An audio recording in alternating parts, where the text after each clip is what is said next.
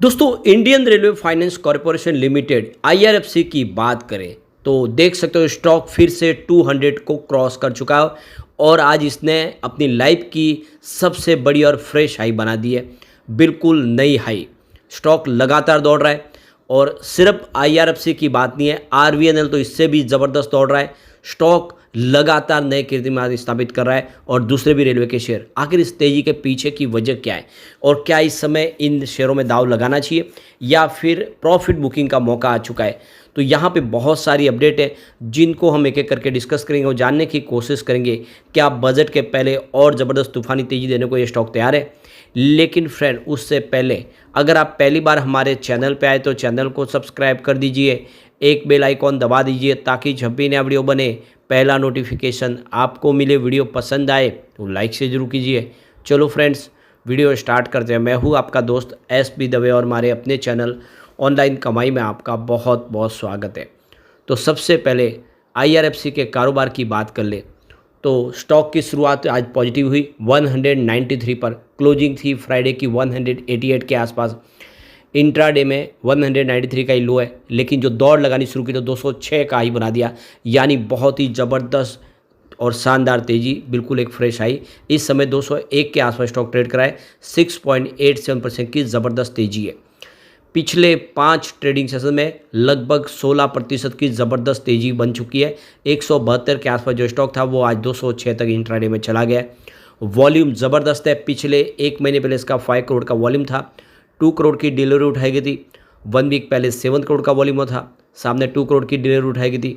और देख सकते हो कि फ्राइडे को 24 करोड़ का वॉल्यूम था, 7 करोड़ की डिलीवरी उठाई गई और आज 1 बजे के आसपास ही 23 करोड़ का ज़बरदस्त वॉल्यूम हो चुका है। यानी वॉल्यूम में बहुत भारी उछाल देखने को मिला है। आज देख लो इंट्राडे का जो लो वो 193 का, लेकिन हाई 206 रुपये का है। 52 वीक का लो 32 रुपये का और हाई 206, यानी 32 रुपये का जो 52 वीक का लो, उस हिसाब से देखें तो जो रिटर्न है वो कई गुना ज़्यादा है। और ऑल टाइम लो रेंज तो इसकी 19 रुपये की थी। IPO आया था 25 रुपये में, आप देखें उसके बाद में स्टॉक में गिरावट हुई और उस समय भी लगातार मैंने वीडियो बनाए थे, आपको बोला था कि ये स्टॉक अंडर वैल्यू है, इसमें दाव लगाए, ये आने वाले समय आपको मालामाल कर देगा और ये बात आज बिल्कुल सच साबित हुई। और आईआरएफसी आपको देखते हो कि एक बिल्कुल फ्रेश हाई बनाता हुआ दिखाई देगा। तो यही होता है जब डिप में मौका मिलता है, ख़रीदारी की जाती है और तेज़ी में प्रॉफिट बुक की जाती है। तो IRCTC, आरवीएनएल, इरकॉन सारे के सारे शेयर आज रॉकेट की गति से दौड़ रहे हैं। तो ये जो बड़ी तेज़ी बनी इसके पीछे वजह बड़ी बड़ी ब्लॉक डील, सभी रेलवे के शेयरों में बहुत ज़बरदस्त खरीदारी हो रही है और आप देख सकते हो कि इनके दम पे सभी शेयरों में बहुत ज़बरदस्त तेज़ी देखने को मिली है। 10 से 12% के आसपास की तेज़ी देखने को मिल रही है।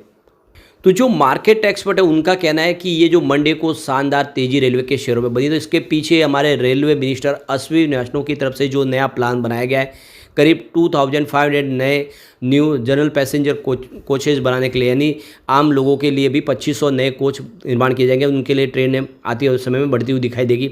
इसके अलावा 10,000 एडिशनल कोचेज़ आगे आने वाले समय और बनाए जाएंगे। इसके अलावा 50 नई अमृत भारत ट्रेन आने वाली है। तो देख सकते हो कि वंदे भारत के बाद अब अमृत भारत ट्रेन होगी। यह एक तरह से देखें तो हाई स्पीड और लग्जरी ट्रेन सर्विस है और काफ़ी शानदार तरीके से इसमें फैसिलिटीज़ ऐड की गई है। तो ये अमृत भारत ट्रेन एक के बाद एक आती हुई दिखाई देगी।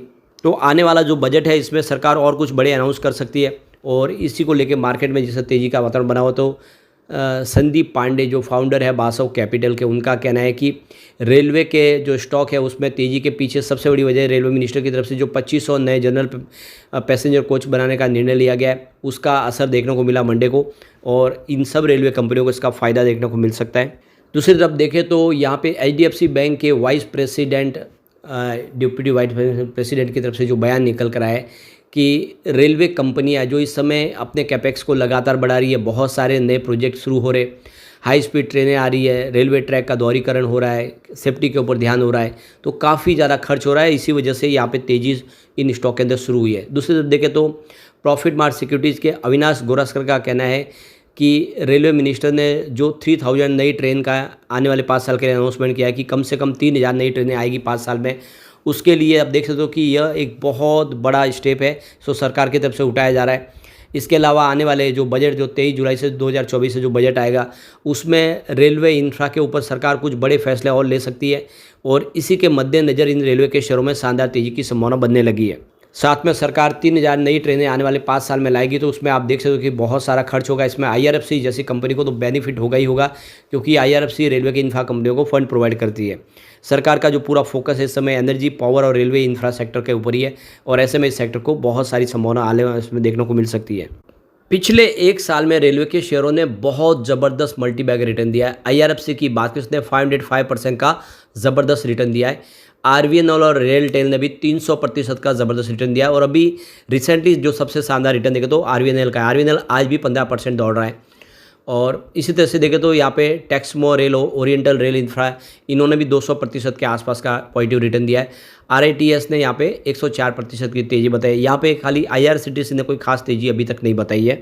तो हमारे finance minister Nirmala Sitharaman, Modi 3.0 government का जो बजट है वो 23 जुलाई को यहाँ पे पेश करेगी लोकसभा में।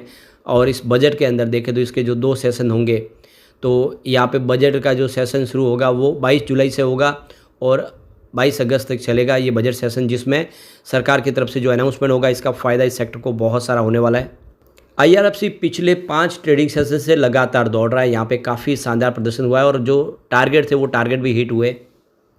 दूसरे तो मार्केट एक्सपर्ट मानस जायसवाल ने इसमें खरीदारी की सलाह दी हुई है। उनका जो स्टॉप लॉस लगाने का जो कहा है उन्होंने 159 के आसपास है। फर्स्ट टारगेट 200 रुपये का है जो ऑलरेडी यहाँ पे हिट हो चुका है। सेकंड टारगेट 235 रुपये का है, तो जल्द ही 235 को भी ये टच करता हुआ स्टॉक दिखाई दे सकता है, क्योंकि बजट के पहले ये स्टॉक और तेज़ी से दौड़ सकते हैं। तो बिल्कुल ये एक मौका अच्छा है उन निवेशकों के लिए जो पैसा कमाना चाहते हैं शॉर्ट टर्म में।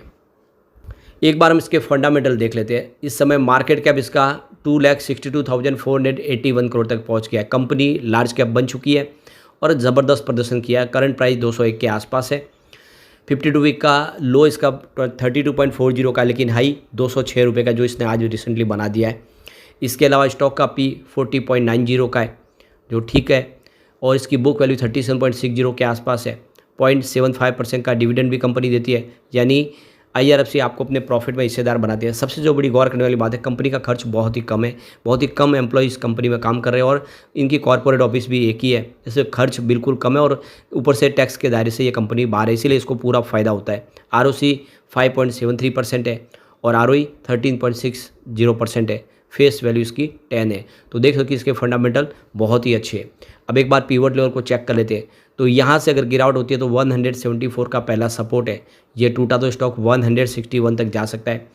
गिरावट और लंबी बनी तो फिर 153 तक जा सकता है, 150 तक जा सकता है। ये तभी पॉसिबल है जब बाजार में काफ़ी बड़ी गिरावट हो।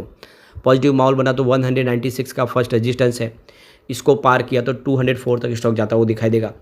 तो ये ऑलरेडी आज इंट्राडे में ब्रेक हो चुका है। तीसरा रजिस्टेंस अब 217 के आसपास है। तो बिल्कुल ये तेज़ी के दौर में स्टॉक भाग सकता है और बजट के पहले ये स्टॉक और कमाल कर, बजट के बाद आप चाहे तो प्रॉफिट बुक कर सकते हैं इन स्टॉक के अंदर। लेकिन फ्रेंड, कोई भी इन्वेस्टमेंट करने से पहले अपने फाइनेंशियल एडवाइजर्स बड़े ले ले या अपना खुद का रिसर्च करें, क्योंकि मैंने वीडियो आपके एजुकेशनल पर्पज़ के लिए ही बनाया। वीडियो पसंद आए तो लाइक से जरूर कीजिए और चैनल को सब्सक्राइब कर दीजिए। Thank you friends.